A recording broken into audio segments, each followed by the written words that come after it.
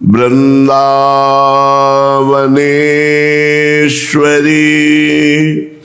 तवैव पदारविंदम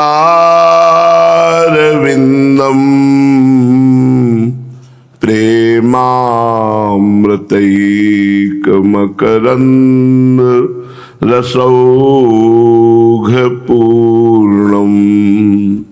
हृद्यर्पितं मधुपते स्मरतापमुग्रं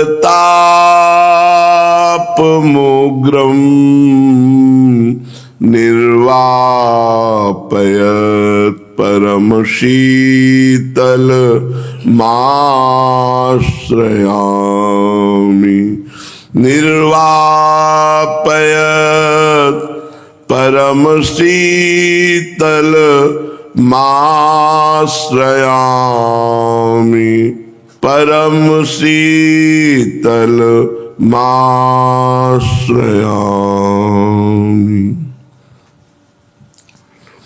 परम सच्चिदानंद घन प्रेमानंद स्वरूप नवनिभृत निकुंज महामहिम परम पावन श्री वृंदावन धाम के लाड़िले युगल सरकार प्राणाराध्य प्राण प्रिय श्री प्रिया प्रीतम जू, समस्त सहचरी वृंद, खग मृग पशु पंछी तरुलता यमुना रस रानी रज रानी समस्त ब्रजवासी परिकर के चरणों में कोटिशाह प्रणाम, कोटिशाह नमन नमस्कार। श्री प्रिया प्रीतम जू की कृपा से धाम निष्ठा जागृत होती है। धाम निष्ठ को सहज में भगवत प्राप्ति हो जाती है। धाम निष्ठ का कल्याण सहज में हो जाता है। धाम निष्ठ के हृदय में धामी के प्रति स्वाभाविक प्रीति होने लगती है। जैसे श्री धाम वृंदावन, तो यहाँ के धामी श्री श्यामा श्याम, स्वाभाविक अपनापन धाम के प्रभाव से होने लगेगा। जैसे हम किसी के घर में बहुत काल तक रहें तो वो घर अपना लगने लगता है, घर वाले अपने लगने लगते हैं, पुराने सब धीरे धीरे विस्मृत होने लगते हैं। ऐसे ही अनंत जन्मों से हम वास्तविक अपने घर वृंदावन से भूले हुए संसार के घरों को, संसार के जनों को, संसार के भोगों को अपना मानते रहे। यदि हमें बहुत काल तक वृंदावन रहने को मिल जाए तो बिना साधना के धाम अपना घर लगने लगे और धामी प्रिया प्रीतम अपने घर वाले लगने लगे, बस हो गया काम। हम जब प्रभु के हैं, ये बात हमारे हृदय में बैठ जाती है तो स्वाभाविक प्रभु का चिंतन होता है। जैसे हम अपने देह का, देश संबंधियों का माला जप नहीं करते पर कभी भूलते भी नहीं। सच्चा भजन तो यही है कि हम भूलते नहीं हैं, पर प्रभु एक पराये से लगते हैं, प्रभु एक गैर से लगते हैं। इसीलिए इनके लिए हमें प्रयास करना पड़ रहा है। श्रीपाद प्रबोधानंद जी महाराज कह रहे हैं, यदि वृंदावन वास करने को मिल जाए तो सब बात बन जाए। बड़ा दुर्लभ है भगवत धाम वृंदा विपिन वास करना। अगर रसिकों का संग नहीं है तो पहचान में नहीं आने वाला वृंदावन। एक बार हमारे हृदय में महत्व बुद्धि बैठ जाए कि ओहो, परम धाम वृंदा विपिन में हमारा वास हो गया या हम आश्रित हो गए, ये बहुत बड़ी बात है। इसीलिए प्रार्थना कर रहे हैं श्रीपाद वृंदाटवी मां से, कृपयतु मयि वृंदारण्य रागी मनागप्यति बहुल कृपोरु स्नेह भारादश्रु फलतु तदनुकंपा कल्पवल्ली फलम तद्भुत मधिवसति में तत्प्रियाराम शिम्नि में। हे वृंदाटवी राज्ञी प्रियाजू, हे वृंदावन रानी प्रियाजू, हे वृंदाटवी मां, हम पर इतनी कृपा कर दो, मैं अश्रु बहाते हुए सदैव आपका चिंतन करते हुए वृंदावन की सीमा के बाहर कभी न जाऊं। वृंदावन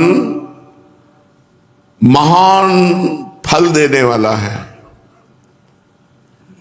तो कह दे कि वृंदावन में यदि अपराध बन गया, वृंदावन वासी है, कुछ नहीं बिगड़ने वाला, हमारी बात मान लेना। जब आप घर वाले बन के रहोगे ना तो अपराध नहीं लगेगा, और 2-4 दिन के लिए धाम का सेवन करने आओगे तो होश में रहो, अपराध न बनने पाए। यदि हमने जीवन ही दे दिया वृंदावन को, तो बहुत प्रकार से वृंदावन दुलार करता है और अपना प्रभाव और अपना स्वभाव जीव को देता है, उसके प्रभाव और स्वभाव की तरफ नहीं देखता है। वृंदावनी प्रभाव सुनो अपनो ही गुण देत, अपनो ही गुण देत, इस बात पर ध्यान देना है। जैसे बालक मलिन को मात गोद भर लेत, मल लगाए हुए मलिन बालक है, दुनिया उसे मलिनता युक्त कहेगी, लेकिन मां उसे अपना बेटा कहेगी। मां को मलिनता नहीं बेटा दिखाई देता है, दुनिया को बेटा नहीं मलिनता दिखाई देती है। ऐसे ही हम उद्दंड हैं, कामी हैं, नीच हैं, पामर हैं, ये संसार देखेगा, वृंदावन देखेगा ये मेरा वासी है, बस बात बन गई। धाम मिल गया, सब बात बन गई। इसलिए कह रहे हैं कि हे वृंदाटवी मां, हे वृंदावन रानी, वृंदावनाधीश्वरी, एक बार मेरे ऊपर कृपा कर दो कि मेरे अंदर ये बैठ जाए कि मैं वृंदावन से बाहर, सीमा के बाहर नहीं जाऊंगा। हो गया काम, इतना तो बैठा लो, ना भजन बन पावे, ना साधना बन पावे, न कोई हमसे सेवा बन पा रही, तो पड़े रहो सीमा के अंदर। जिनको ये सौभाग्य मिल गया है वृंदावन वास का, बड़ा आश्चर्य होता है कृपा को देख करके। कहो कृपा ते कहा ना होई, क्या नहीं हो सकता कृपा से। यदि हमें वृंदावन रानी श्री किशोरी जो कृपा करके एक बात दे दे, क्या कि उनके प्रिय भवन, महल, कानन, वृंदावन की सीमा के बाहर न जाऊं, ऐसी मेरे को निष्ठा दे दे, ये उन्हीं की निष्ठा से होता है। बहुत बड़ी सिद्धि है ये, बहुत बड़ा लाभ है, और सबको लाभ ये मिल सकता है, पर सब कोई इस लाभ को चाहता नहीं है। नाना प्रकार के गांव घर में पड़े हुए दुख भोग रहे हैं,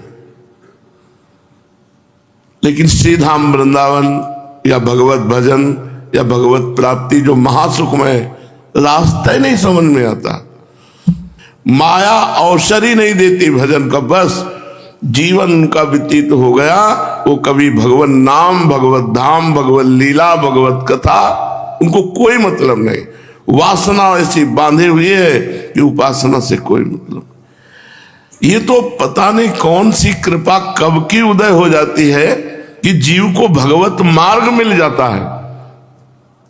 तो कह रहे हम पर तो केवल इतनी कृपा करो महारानी जी, हे वृंदावन राज्ञी अर्थात वृंदावन रानी, वृंदावनाधीश्वरी श्यामाजू, और हे वृंदाटवी मां, हम तो केवल इतनी कृपा चाहते हैं कि हम पर इतनी कृपा कर दो कि अश्रु पुलकित भाव से मैं इस ठसक में रहूं कि मैं वृंदावन वासी हूं और वृंदावन की सीमा के बाहर कभी न जाऊं। अब बताओ इसमें तुम्हें क्या परेशानी? साधना नहीं कर सकते, भजन नहीं कर सकते, तो पड़े रहो वृंदावन में, पड़े रहो। और देश के बसत ही अधिक भजन जो होए, ई सम तो पूजत नहीं वृंदावन रहे सोए। वृंदावन में जो पड़ा रहता है उसकी बराबरी बाहर का भजनानंदी नहीं कर सकता, ध्यान रखना। और देश के बसत ही घटत भजन की बात, और वृंदावन में स्वार्थ हो उलट भजन हो जात। यहाँ स्वार्थ भी भजन माना जाता है। एक एक मिनट आपका परम पावन वृंदावन धाम में व्यतीत हो रहा है, इससे बड़ा भजन क्या हो सकता है। तेनाकारि समस्त एव भगवत धर्मोऽपि तेनाद्भुतः सर्वस्मात् पुरुषार्थतोऽपि परमः कश्चित् करस्थीकृतः तेनाधाय समस्त मूर्धनि पदम ब्रह्मादयस्तं नमन् त्यादेहान्तमधार्येण वसतौ श्री वृंदावने निश्चयम्। तेनाकारि समस्त एव भगवत धर्मोपि तेनाद्भुतः। बड़ी अद्भुत महिमा है। जिसने ये नियम ले लिया, देहांत मधारी एन वसतौ श्री वृंदावने निश्चयम, जिसने निश्चय कर लिया कि ये देह मैंने वृंदावन धाम को दे दिया, बस अब अपनी देह में जितनी श्वासें हैं वृंदावन में व्यतीत होंगी, वृंदावन के बाहर नहीं। तो बोले तेनाकारि समस्त एव भगवत धर्मोपि तेनाद्भुता, उसने समस्त भगवत धर्मों का पालन कर लिया। तेनाकारि समस्त एव भगवत धर्मे तेनाद्भुता, जो भगवत धर्मों का फल है अद्भुत पदवी, वो उसको सहज प्राप्त हो जाएगी। केवल वृंदावन में शरीर रखने मात्र से। वृंदावन दुति पत्र की उपमा को कछु नाहि, कोटि कोटि बैकुंठ होते सम कहे न जाए। जिसने वृंदावन वास का निश्चय कर लिया मरण पर्यंत का, उसने सब भागवत धर्म कर लिए, करने की जरूरत नहीं। और समस्त पुरुषार्थ तोपि परमः कश्चित् करस्थीकृता, धर्म अर्थ काम मोक्ष और प्रेम पांचों पुरुषार्थ उसके हाथ में है, साधना से नहीं, वृंदावन वास का नियम ले लेने से। तेनाधाय समस्त मूर्धनि पदम ब्रह्मादयस्तम नमः।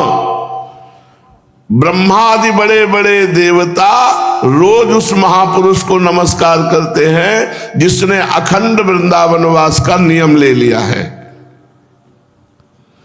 और समस्त सुख उसके माथे पर सवार हो जाते हैं।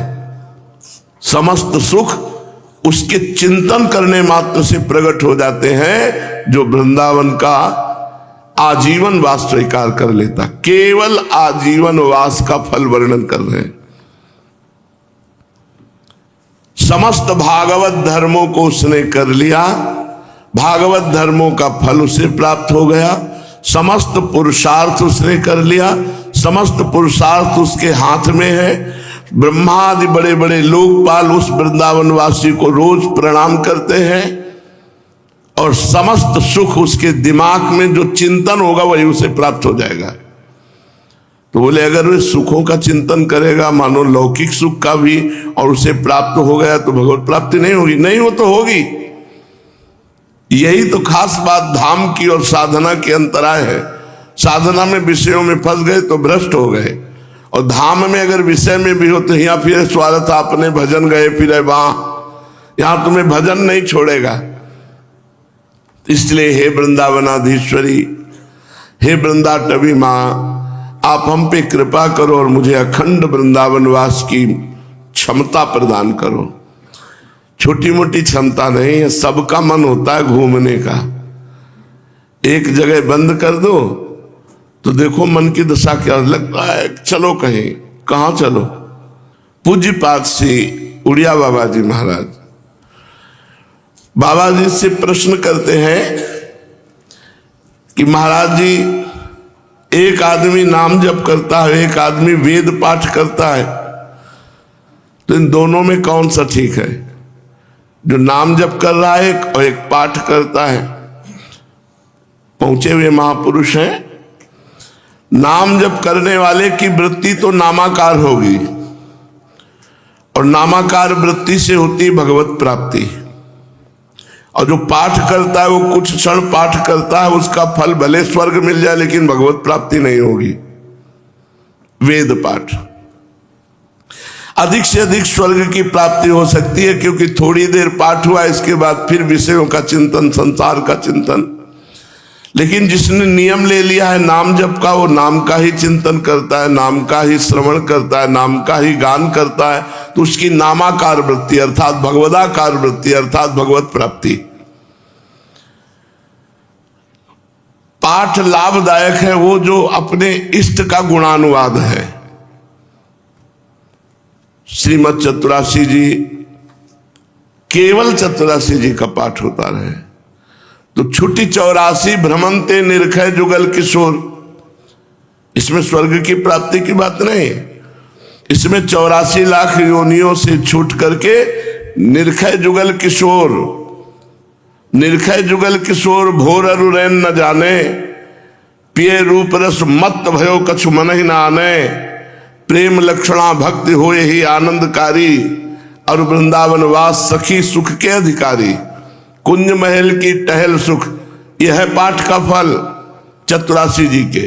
84 लाख योनियों से छूट जाना, प्रिया प्रीतम का दर्शन पाना, प्रिया प्रीतम की प्रेम लक्षणा भक्ति प्राप्त होना, और कुंज महल की सेवा सुख का अधिकार प्राप्त हो जाना, ये प्रिया प्रीतम अपने निजी हो जाना, ये चतुरासी जी के पाठ का फल है। तो एक नाम जप करता है, एक वेद पाठ करता है और पाठ करता है, तो बोले पाठ का फल स्वर्ग हो सकता है, लेकिन भगवत प्राप्ति केवल नहीं, क्योंकि निरंतर थोड़ी आप पाठ करोगे। निरंतर के लिए नाम जप है, नाम जप के बिना भगवत प्राप्ति असंभव। महाराज जी, आपका नाम सुनकर के आया हूं, मुझे क्या करना चाहिए जिससे मेरा इसी जन्म में कल्याण हो जाए, कृपा करके बताओ। बाबा तुम कुछ जपते हो? हाँ, एक माला गायत्री जप करता हूं। एक माला से क्या होगा? एक माला से कुछ नहीं होने वाला। कम से कम मेरी बात मानो, आज से 11 माला जप करो। 11 माला जप करो तो कुछ तुम्हारा हृदय पवित्र हो, तुम्हारे हृदय में कुछ अनुभूतियां आवे। महाराज, मेरे पास समय नहीं, क्योंकि मैं एक ब्राह्मण हूं और एक घर में रसोई बनाने का काम करता हूं, गरीब आदमी हूं, इतना समय नहीं कि मैं 11 माला जप कर सकूं। अच्छा, तो तुम गायत्री की एक माला जपो, लेकिन और समय कामकाज करते समय राधे श्याम तो बोल सकते हो। यदि तुम एक माला गायत्री और उठते बैठते काम करते हुए राधे श्याम बोलोगे, तो मंत्र से भी बढ़कर के अपार शक्ति नाम में है।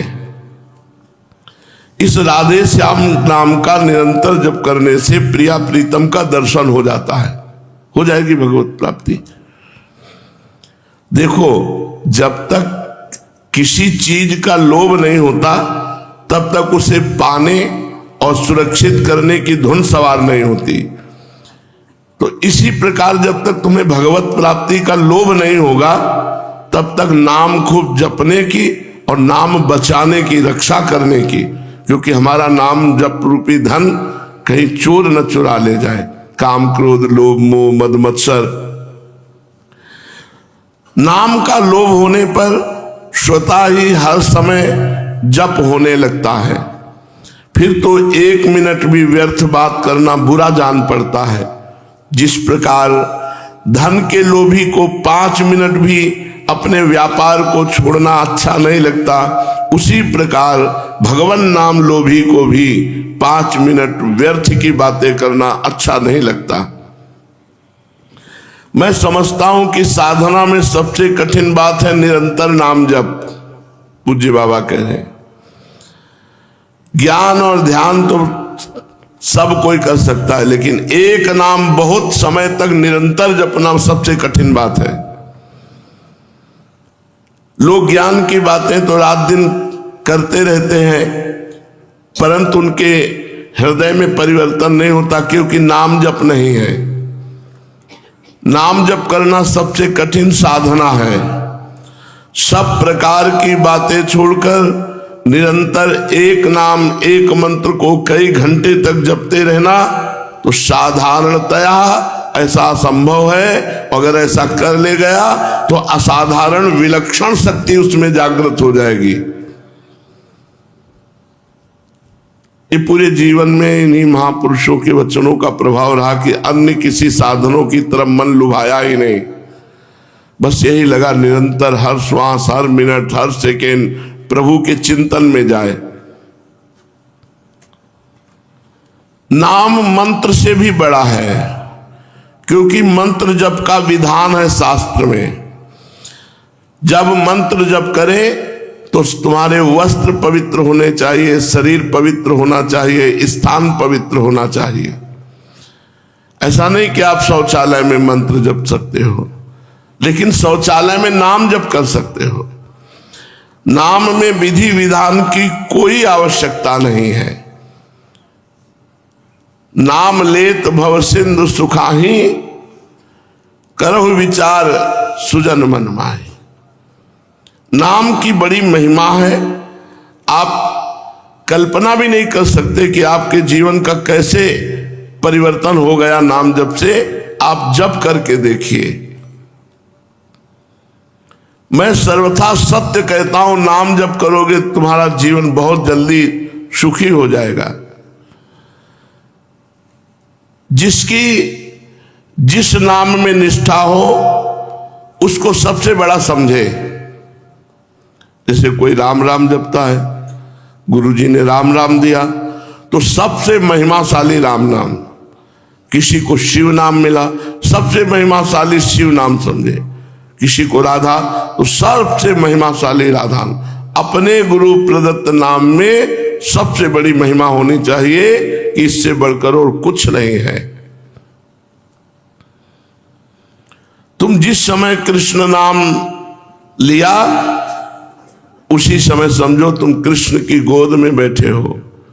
कृष्ण तुम्हें अपनी गोद में बैठा ले हैं। नाम ले रहे हो मतलब नाम ही तुम्हारे पास है। नाम बाणी जहां श्याम श्यामा तहां, नाम बाणी सुनत श्याम श्यामा सुबस, नाम बाणी निकट श्याम श्यामा प्रगट। कितनी सुंदर बात है। अगर वाणी जी का गायन चल रहा है, नाम जब चल रहा है तो हमारे प्रिया प्रीतम हमारे समीप हैं, हम चाहे जहां हो। नाम बाणी जहां श्याम श्यामा तहां। तो जो वृंदावन खंडवास नहीं कर सकते तो जहां भी है वहीं नाम बाणी में लगे, वहीं श्याम श्यामा हो। जहां श्याम श्यामा था उनका धाम। नाम के अभ्यास से धीरे धीरे पाप नष्ट होते, तब नाम मीठा लगने लगता है। जैसे पित्त का रोग हो, मिश्री खवावे तो कड़वी लगेगी, और वही मिश्री रोज नियम से अनुपात के अनुसार पावे तो पित्त का समन कर देगी और मिश्री मीठी लगने लगेगी। तो राधा नाम अमृत रस है, राधा नाम सुधा रसम। हमको क्यों सुधा रस नहीं लग रहा? क्योंकि जैसे पित्त बढ़ गया तो मिश्री मीठी नहीं लगती, ऐसे दुर्वासना बढ़ गई है। इसलिए राधा नाम हमें अमृत के समान होने पर भी मीठा नहीं लग रहा। बोले यही राधा नाम नियम से गान करते रहो, तुम्हारी दुर्वासना रूपी पित्त का समन हो जाएगा और राधा नाम रुचिकर मीठा अत्यंत आसक्ति हो जाएगी। जिस समय नाम का ध्यान करते हुए उपासक नाम जप करता है तो उसे दिव्य दिव्य महात्माओं के दर्शन, दिव्य दिव्य भगवत स्वरूपों के दर्शन, दिव्य अनुभव होने लगते। बंसीनाथ सुनाई दे रहा है, नूपुर ध्वनि सुनाई दे रही, प्रिया प्रीतम दिखाई, ये सब नाम से हो जाता है। भगवान के दर्शनों की चाह हो जाए नाम जापक में तो तत्काल भगवान दर्शन दे दें। विश्वास होने पर केवल नाम जप से भगवत साक्षात तत्व ज्ञान सब कुछ हो जाएगा। तुम जितना अधिक भजन करोगे उतना ही तुम्हारा हृदय भजन के प्रति आसक्त होता जाएगा, क्योंकि अनुभव होंगे आपको। धीरे धीरे भजन को बढ़ाते जाओ। काम करते हुए या बैठे हुए कोई अंतर नहीं पड़ना चाहिए। अभ्यास ऐसा कर लो, या बैठे हैं तो नाम जप चल रहा है, जैसे बैठे में चल रहा था वैसे क्रियावान होने पर भी नाम जप ना छूटे।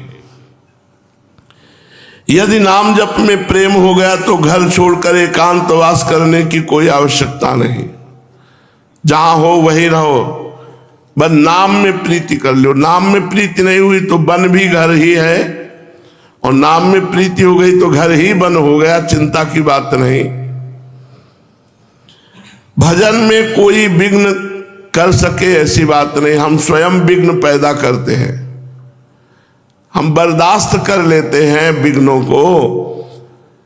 हमारा भजन छूट करके प्रिया प्रीतम का चिंतन छूटकर विषय चिंतन हो, हम इसे बर्दाश्त कर रहे हैं इसलिए हो रहा है। अगर बर्दाश्त न करें तो कोई विघ्न नहीं आ सकता। इसलिए किसी विघ्न को बर्दाश्त मत करो। क्या चलेगा, भजन छूटा तो कोई बात नहीं।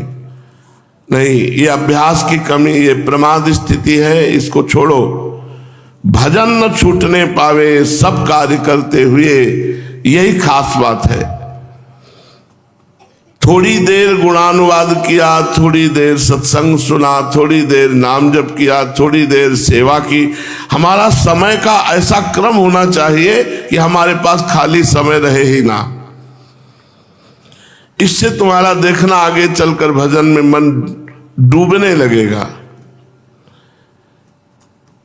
यदि गृहस्थ हो, मेहनत की कमाई है, तो साधु सेवा करते हुए भजन करो तो ज्यादा लाभ प्राप्त होगा। भगवान संतों के मुख से पाते हैं, भगवान संतों में प्रगट विराजमान रहते हैं, और भगवान ने प्रगट आदेश किया है, सातों सब मुहिमें जग देखा, मोते अधिक संत कर लेखा।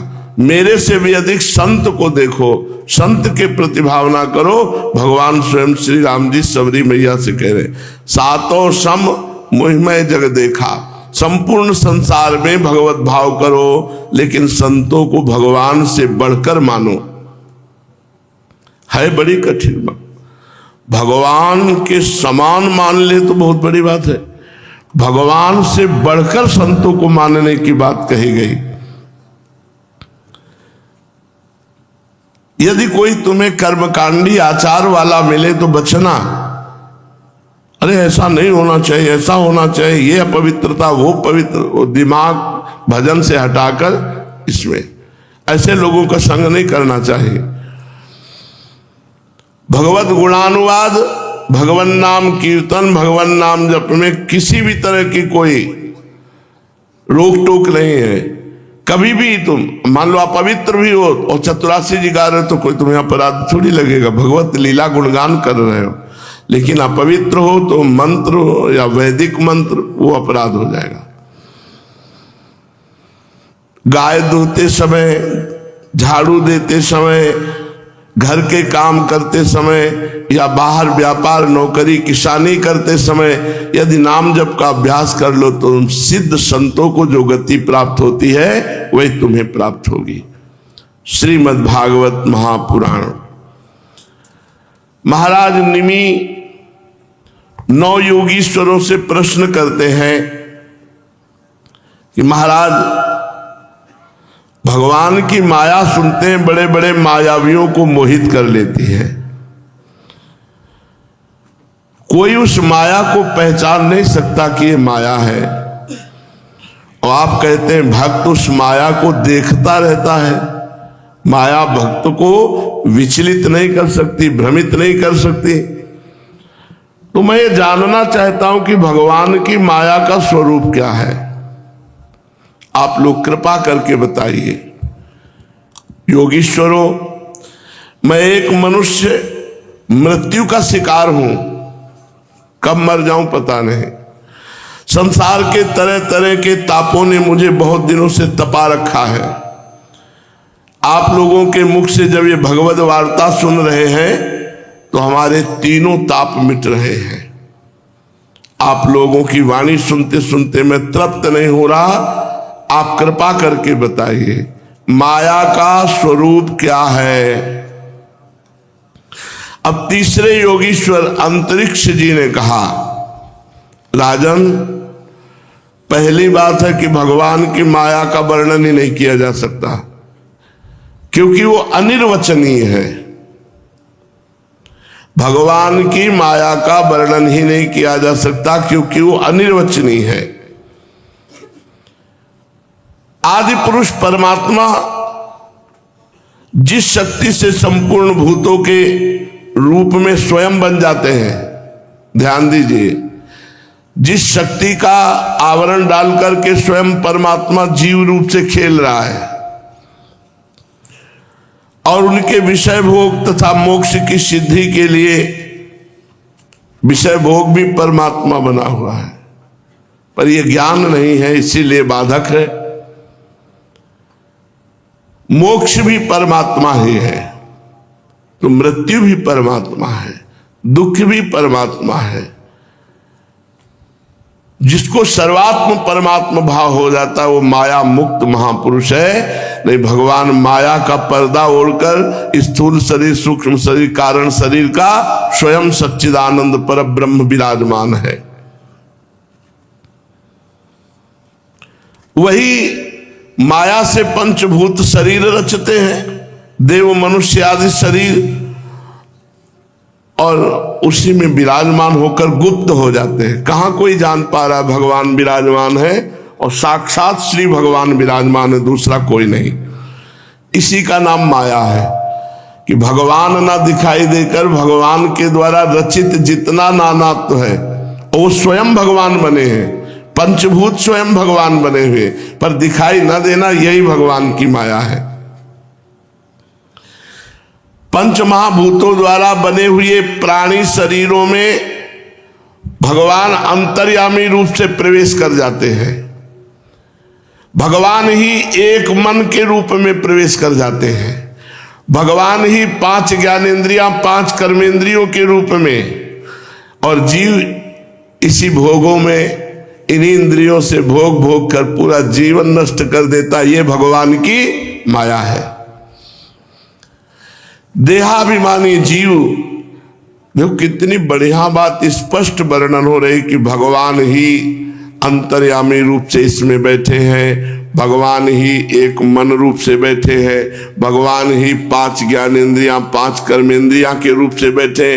पर भोगों में वो इतना मतवाला हो जाता है, वो अपने स्वरूप को भूल जाता है। ये श्री भगवान सबके हृदय में बैठे, ये बात भूल जाता है। यही भगवान की माया, भुला देना भगवान की माया, छुपा देना भगवान की माया। वह देहाभिमानी जीव अंतर्यामी के द्वारा प्रकाशित इंद्रियों के द्वारा विषयों का भोग करता है और इस पंचभूतों के द्वारा निर्मित शरीर को अपना स्वरूप मानकर आसक्त हो जाता है। ये भगवान की माया है। अब वो कर्मेंद्रियों से सकाम कर्म करता है, उनके अनुसार शुभ कर्म का फल सुख और अशुभ कर्म का फल दुख भोग करने लगता है, और मैं शरीरधारी हूं नहीं, मैं शरीर ही हूं, ऐसा भ्रम होने लगता है और संसार में भटकने लगता है। ये भगवान की माया है।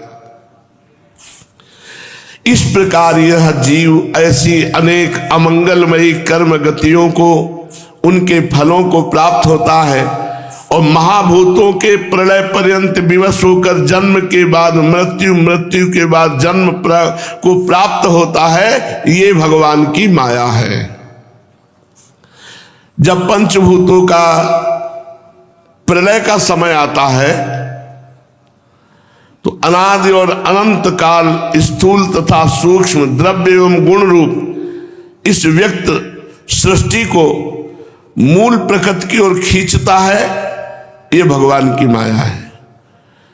जब सृष्टि के महाप्रलय का समय आता है तो काल संपूर्ण सृष्टि को मूल की तरफ खींचता है, विनाश करता है। क्या करता है? उस समय ये होगा 100 वर्ष तक भयंकर सूखा पड़ेगा।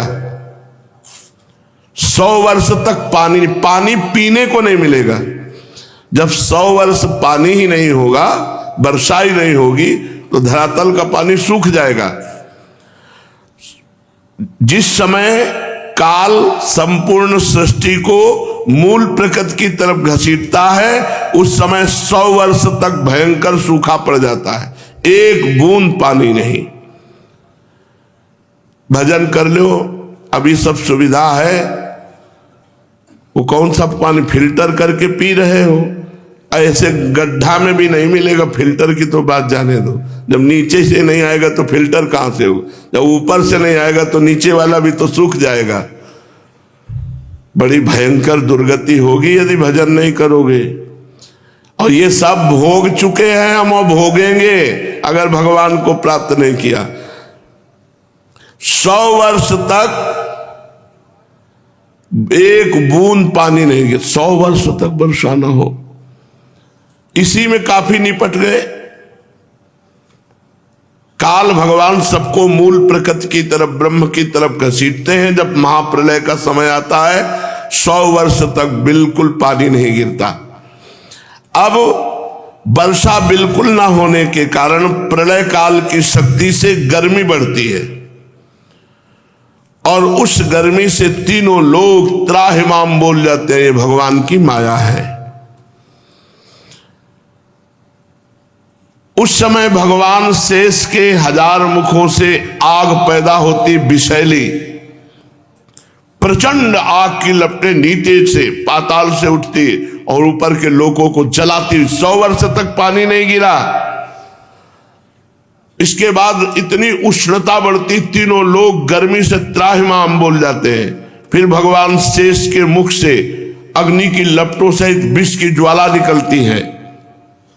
वायु की प्रेरणा से वो लपट पाताल लोक से जलाना आरंभ करती है और ऊंची ऊंची चारों ओर फैल जाती है। और इधर 12 सूर्य, ऊपर से 12 सूर्य एक साथ उदय होकर अग्नि पैदा कर देते। नीचे से भगवान शेष की अग्नि, पूरा संसार अग्निमय अग्निमय।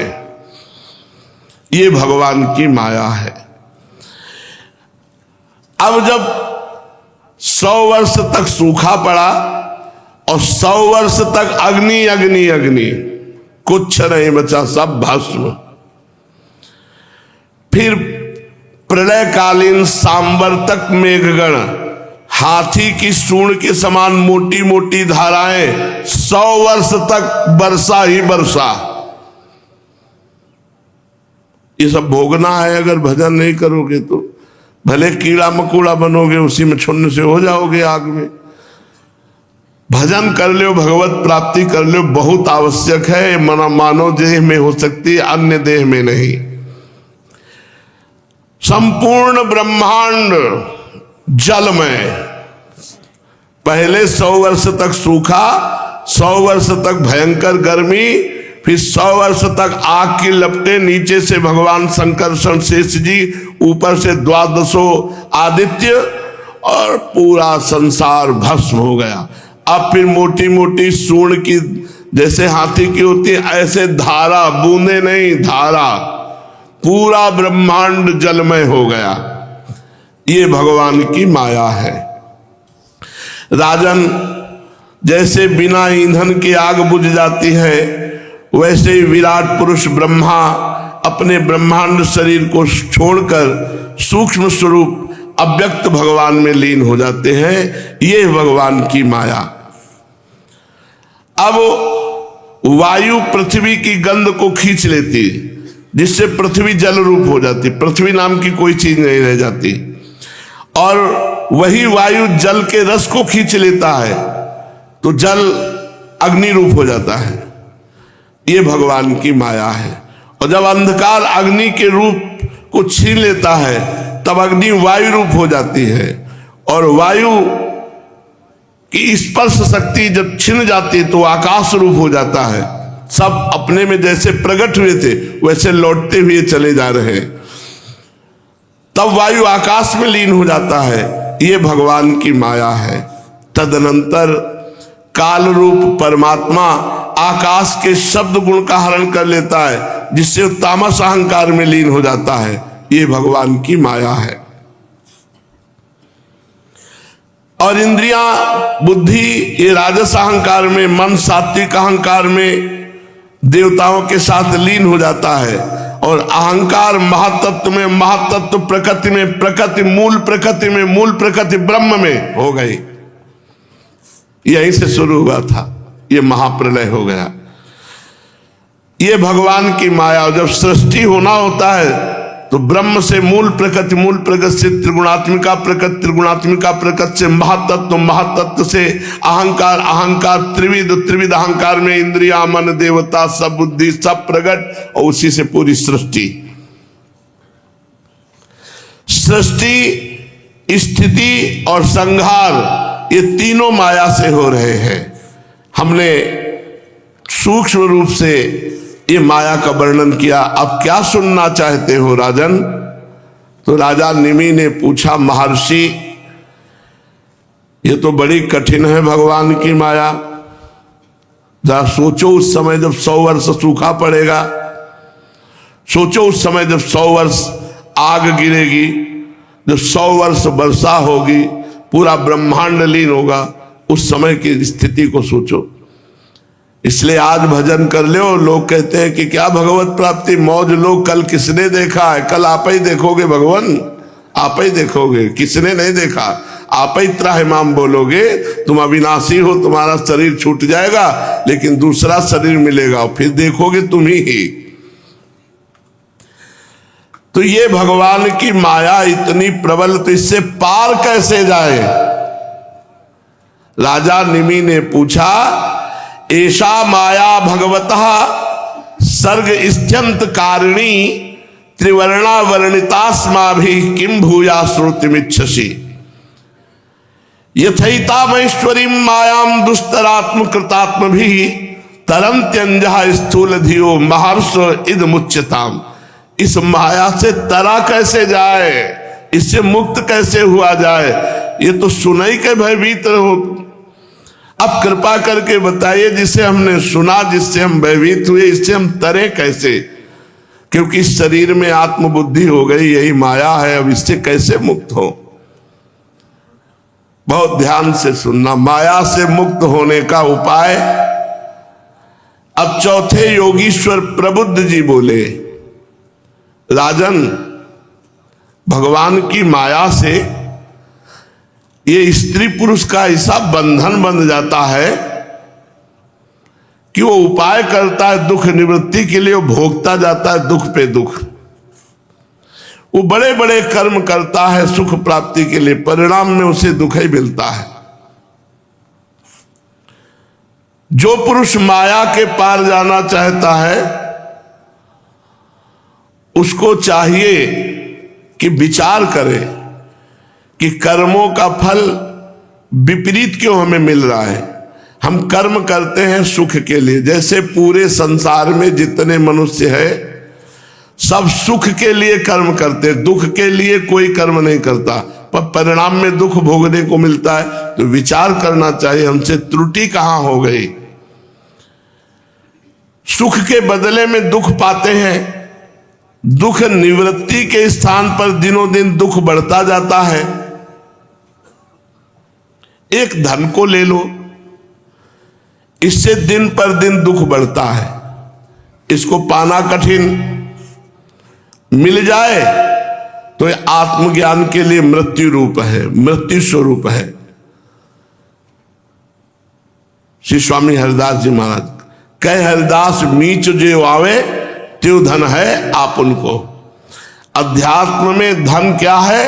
बोले मृत्यु स्वरूप है। जो इस धन का चिंतन, धन में एक बड़ा भारी दोष है, 15 दोष तो है ही है, एक बड़ा भारी दोष है गिनती में सुख मिलना।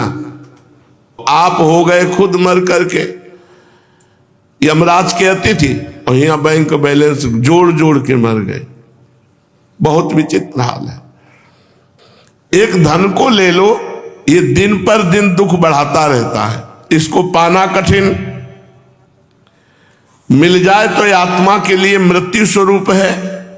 जो धन की चिंतन में उलझन में पड़ जाए वो अपने आप को भूल जाता है। एक धन की बात केवल, फिर स्त्री, जड़ चेतन की तो ग्रंथि पड़ी है, ये और बड़ी ग्रंथि पड़ गई। एक शब्द है, हम आपके बिना जीवित नहीं रह सकते। ये हर उस हृदय से निकलेगा जो स्त्रैण है, स्त्री आसक्त है, और हर हृदय स्त्री आसक्त हो जाएगा यदि हरि का आश्रय नहीं है तो। ये छोटी मोटी शक्ति नहीं है भगवान की, यही माया है विचित्र। ऐसा महसूस होता है कि हम आपके बिना जीवित नहीं रह सकते। फिर जो तांडव करती है माया, बड़े बड़ों को घुटने पे लेकर वो रात दिन समझ ही नहीं पाया कि आयु कब नष्ट हो गई। मृदु भाषण, सुधामयम बाचो, कामनाम रसवर्धनम, अमृत जैसी बातें। आए थे हरिभजलन काउंटे लाख कपास, आए थे ब्रह्म प्राप्ति के लिए, मानव देह मिला था भगवत प्राप्ति के लिए। एक धन को ले लो, दूसरा करे एक स्त्री को ले लो। दिन प्रतिदिन आसक्ति, दिन प्रतिदिन आसक्ति। घर को ले लो, एक परिवार के बड़े बूढ़े, तो उनको आइए आप वृंदावन वास कीजिए, आपकी सारी व्यवस्था। उनका एक एक ईंट हमारी मेहनत से लगी हुई इस घर में, इसी में मरेंगे। तो हम कहा उनको और बता देना, मर के छिपकली बनेंगे और इसी दीवार में छिपके घूमेंगे। घर को ले लो, पुत्र को ले लो, स्वजन संबंधी रिश्ते नातेदार, ये सब नाशवान, इतना जोर का बंधन भगवान की माया का कि इन सबकी प्राप्ति हो जाने पर भी उसको याद नहीं आता कि मेरा प्रधान कर्तव्य था कि मैं जाऊंगा भगवान का भजन करके अपने को मुक्त करूंगा। जब मां के गर्भ में था और भयानक कष्ट भोग रहा था, उस समय भगवान ने जब उसे ज्ञान दिया तो जीव ने भगवान से वादा किया कि एक बार मुझे मां के गर्भ से बाहर कर दो प्रभु, मैं जाके आपका ऐसा भजन करूंगा कि दोबारा गर्भ में नाव पर वो आकर भूमि परत भा ढाबर पानी, तिम जीवई माया लपटानी। वो फिर भूल गया भगवान को, ये हो जाए वो सब हो गया, फिर भी भूल गया और अपने को अविनाशी मानने लगा शरीर को। भला बताओ क्या सुख शांति मिल सकती है? एवं लोकम परम विद्या नश्वरम कर्म निर्मितम सातुल्यातिशयध्वंसम यथा मंडलवर्ती नाम। ये तो हुई इस लोक की बात। ऐसे ही परलोक में भी है, स्वर्ग आदि लोक में एक विमान मिलता है, अप्सरा मिलती, भोग सामग्री मिलती, भोगो, पुण्य क्षीण हुआ पुनः मृत्यु लोक में। वही तुम्हारे विमान के पास से घंटी बजती हुई दूसरा विमान गया जो तुमसे सर्वश्रेष्ठ है, तुमसे श्रेष्ठ अप्सरा है, वो देख देख के जल रहा है। और स्वर्ग में पहुंचने वाले को एक माला पहना दी जाती है, जब उसका पतन का समय आता है माला कुम्हलाने लगती, भयंकर कष्ट, ना विमान साथ, ना वो अप्सरा साथ, ना भोग सामग्री साथ। तो जैसे इस लोक में वैसे परलोक में भी। इसलिए जो भगवत प्राप्ति करना चाहता है उसे लोक और परलोक दोनों के भोगों से वैराग्य चाहिए। और नाम जापक को जब भगवत भजन की लगन लगती है तो ब्रह्मादि के भोग सब विषम लागत ताई, नारायण ब्रज चंद की लगन लगी है जाई। ब्रह्मादि के भोगों से भी वैराग्य हो जाता है। बहुत कठिन है, शब्द कह दिया केवल ब्रह्मादि के भोगों से वैराग्य। अरे मर्त्य लोक के, जब इनको क्रॉस करे मर्त्य लोक के, कोई भोग उसे आसक्त न कर पाए, तब स्वर्गिक, फिर महालोक, जनलोक, तपलोक, ब्रह्मलोक। अरे यार 100 रुपया में तो ईमान डिगाए हुए हैं, तो करोड़ रुपया कहां से आवे? जब साधारण मर्त्य भोगों में हमारी स्थिति गिर गई तो फिर दिव्य भोग कहां से आए? एक थे सुंद उपसुंद, ये एक साथ पैदा हुए थे, दोनों सगे भाई। अगर ये चलेंगे तो एक साथ बोलेंगे, तो एक साथ खाएंगे, तो एक साथ हंसेंगे, तो एक साथ खेलेंगे, तो एक साथ दिनचर्या होगी, तो एक साथ। तो तपस्या एक साथ की और ऐसी भयंकर तपस्या की कि भगवान ब्रह्मा जी प्रकट हुए। ब्रह्मा जी ने कहा वरदान मांगो, तो बोले अमरत्व। ये अमरत्व इसलिए मांगते हैं कि मैं अमर हो जाऊं, सबको मार डालूं, राक्षस स्वभाव। ब्रह्मा जी ने कहा अमरत्व तो नहीं दे सकते। तब उन्होंने विचार किया कि हम दोनों भाइयों में तनिक कभी बैर होता नहीं, तो उनका हम मरे तो आपस में ही मरे दोनों भाई, अन्यथा न मरे। ब्रह्मा जी ने हाँ कहा तो राक्षसों ने समझा कि हमने ब्रह्मा जी को ठग लिया, क्योंकि हम दोनों में कभी बैर होगा नहीं। और ऐसा ही था, बहुत प्यार था, एक साथ पैदा हुए, एक साथ जो चेष्टा हुए एक साथ। आप दिग्विजयी योद्धा की तरह गौशालाओं का नाश करना, संतों के आश्रमों को उजाड़ना, धर्म स्थानों को नष्ट कर देना, हाहाकार मचा दिया। ब्रह्मा जी के पास देवताओं ने प्रार्थना की कि महाराज आपसे वरदान पाने के कारण ये मरेंगे तो आपस में ही, और आपस में कभी मर ही नहीं सकते क्योंकि इतना प्यार है इनका। तो अब ये त्रिभुवन में अमर है, अब इनको कोई मार नहीं सकता, मरेंगे तो आपस में ही, और आपस में इतना प्यार है, मर सकते नहीं, और ये त्रिभुवन को मारे डाल रहे हैं, आप कृपा करो कोई उपाय। तो एक अप्सरा की रचना की, तिल भर देखने को मिल जाए अगर उसका शरीर तो वहीं आसक्त हो जाए, इसलिए उसका नाम रखा तिलोत्तमा। अप्सरा प्रकट भई, प्रणाम किया, महाराज आदेश करो। बोले इन दोनों भाइयों में बहुत प्रियता है, इन दोनों को मारना, ये आपस ही में मरेंगे, इनको मार के आ जाओ। बोले प्रभु ये तो बहुत छोटी बात है, अभी गई अभी आई। ब्रह्मा जी इसको प्रणाम करके तिलोत्तमा गई, ये दोनों भाई मतवाले होकर के दिग्विजयी योद्धा, कोई इनको परास्त कर सकता नहीं था।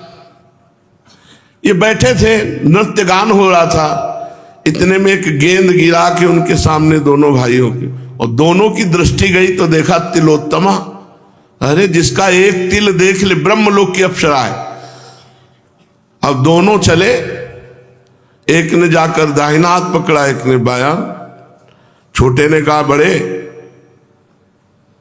ये तुम्हारी बेटी के समान है, तो मैं से।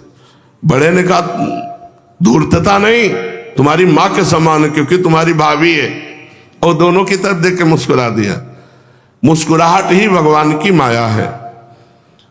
शुंद उपशुंद,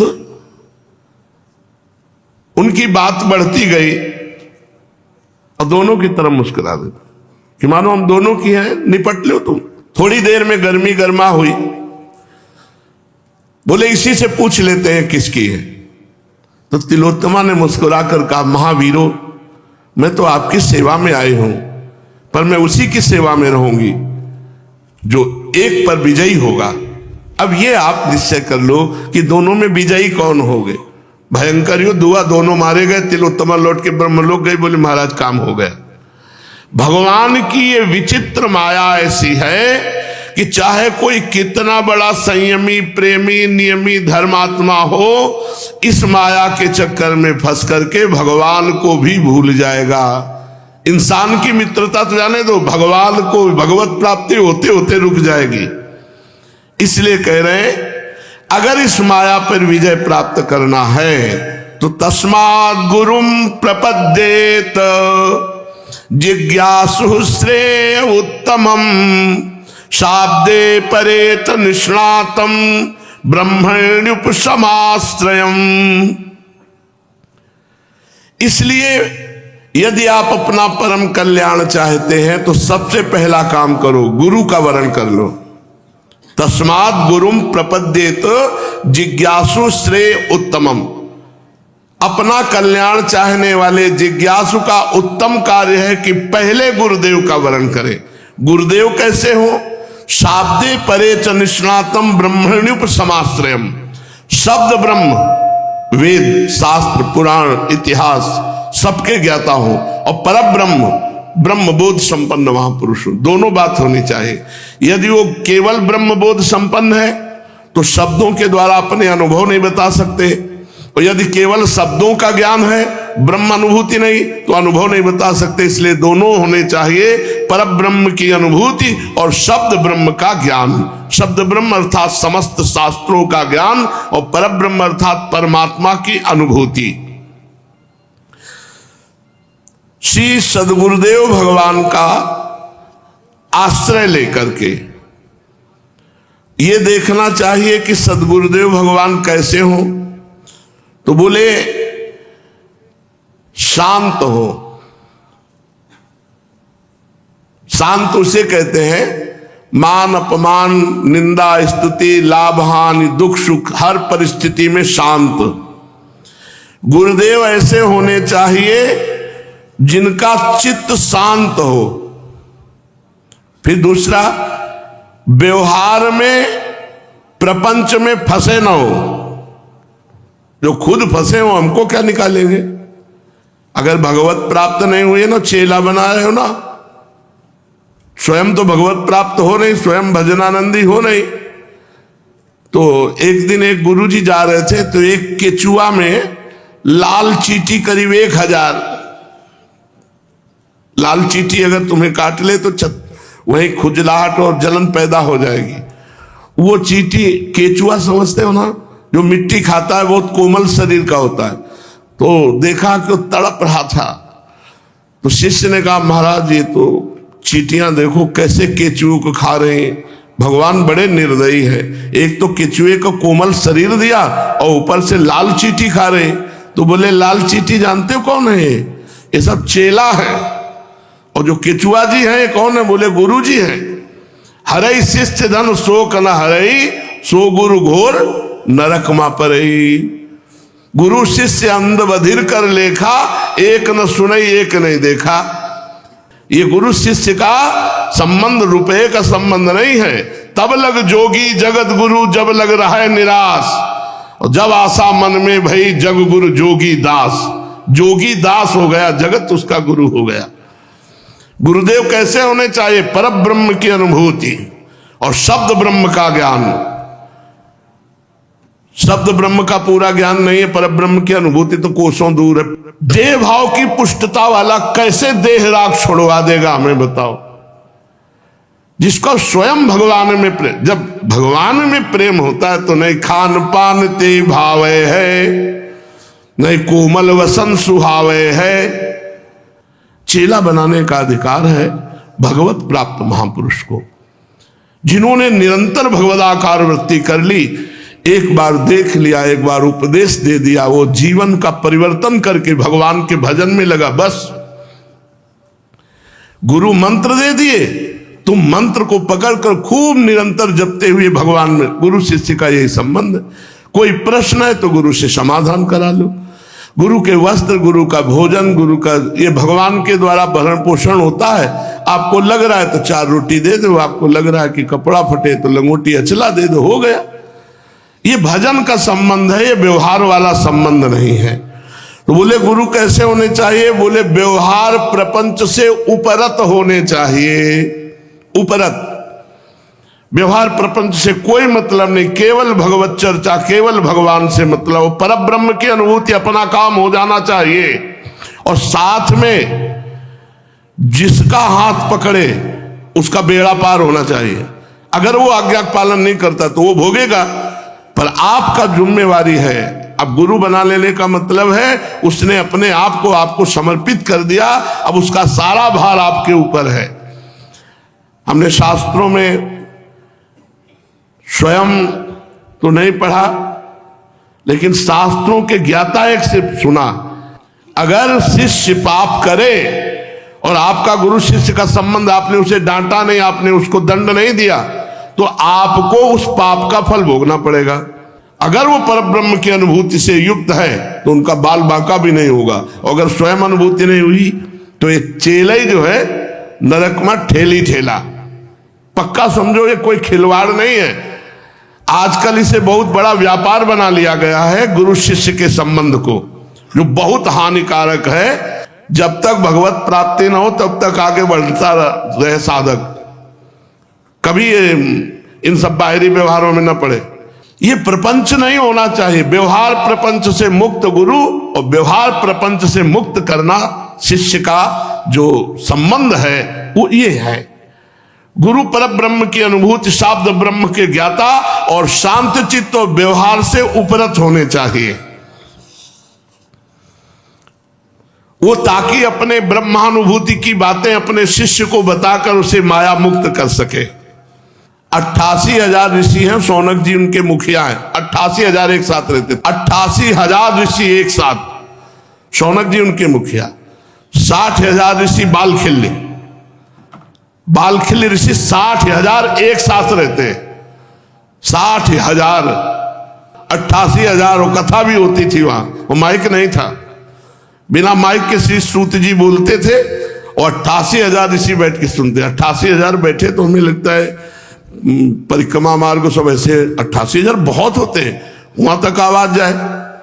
इतना पवित्र शांत वातावरण, भगवत स्वरूप। 88,000 ऋषि एक साथ बैठकर भगवत कथा सुनते, किसी में न राग न द्वेष, न किसी में बाह्य प्रपंच, न संसारिक भोगों की आकांक्षा। 88,000 एक साथ रहना ये बहुत आश्चर्य की बात। 60,000 एक साथ रहना, बालखिल्य ऋषि। दुर्वासा भी जी जब चलते थे तो 60,000 उनके भी शिष्य थे। 60,000 शिष्य दुर्वासा जी के थे। जिज्ञासु को चाहिए कि गुरुदेव को ही अपना परम प्रीतम आत्मा परमात्मा मान ले। एक तो गुरु जल्दी बनावे नहीं, हम आपसे साफ बात कहते, कथा सुन के गुरु मत बनाओ, प्रवचन सुन के गुरु मत बनाओ। जल्दी बनाओगे ना तो जल्दी ही छोड़ दोगे। साल 2 साल 4 साल पहले उनको देखो, ज्ञान की छन्नी लगा के जितना तुम्हें भगवान ने दिया उससे छानो कि ये गुरु भगवान, हमारे गुरु भगवान बनने लायक है कि नहीं है। एक एक गुण अवगुण सद्गुण, उठना बैठना बोलना बातचीत, और जब गुरु बना ले तो गुरुर ब्रह्मा गुरुर विष्णु गुरुदेव महेश्वरा, गुरु साक्षात परब्रह्म तस्मै श्री गुरुवे नमः। हमारे परब्रह्म परमात्मा गुरुदेव हैं, अब हमें और कोई साक्षात्कार नहीं चाहिए, ऐसा भाव होना चाहिए। अपने गुरुदेव को ही परम प्रीतम मतलब इनसे बढ़कर कोई प्यारा नहीं। अपने गुरुदेव को ही अपनी आत्मा, अपने गुरुदेव को ही परमात्मा मानना चाहिए। निष्कपट भाव से गुरुदेव की आज्ञा में रहना, कपट नहीं, अपनी कोई रुचि नहीं, गुरुदेव की रुचि। जोई जोई प्यारो करे सोई मोहि भावे, अब जोई कहां करें हम सोई, आयस लिए चले निज दासी। भगवान को प्राप्त कराने वाले भक्ति भाव के साधनों की क्रियात्मक शिक्षा गुरुदेव से ग्रहण करें। इन्हीं साधनों से सर्वात्मा एवं भक्तों को अपने आत्मा का दान करने वाले भगवान प्रसन्न हो जाते हैं। गुरुदेव के संग से शरीर में, संतान में अनासक्ति हो, अनासक्ति सीखे। गुरुदेव के संग का क्या मतलब है? शरीर में राग न रह जाए, अपनापन न रह जाए, संसार के संबंधों में अपनापन न रह जाए। गुरु आज्ञा करी इसी, जो गुरु का आदेश हो गया वही हमारे जीवन में सर्वोपरि। फिर भगवान के भक्तों से कैसे प्रेम करना चाहिए? गुरु सोई जो साधु सेवावे और साधु सोई जो विषय छुड़ावे। हरिराम व्यास जी ने कहा गुरु वही है जो संतों से प्रेम करा दे, संत वही है जो भगवान से प्रेम करा दे, विषयों से राग छुड़ा दे। पहले शरीर और संतान में अनासक्ति सीखे, फिर भक्तों से कैसे प्रेम किया जाता है गुरुदेव से ये सीखे, फिर सबसे दया मैत्री विनय निष्कपट भाव ये सीखे। मिट्टी जलादि से बाह्य शरीर की पवित्रता, छल कपट के त्याग से भीतर की पवित्रता, अपने धर्म का अनुष्ठान, सहन शक्ति ये गुरुदेव से सीखे। बड़ा सुंदर प्रसंग है, जल्दी जल्दी में रस नहीं आएगा, इसलिए शेष चर्चा आगे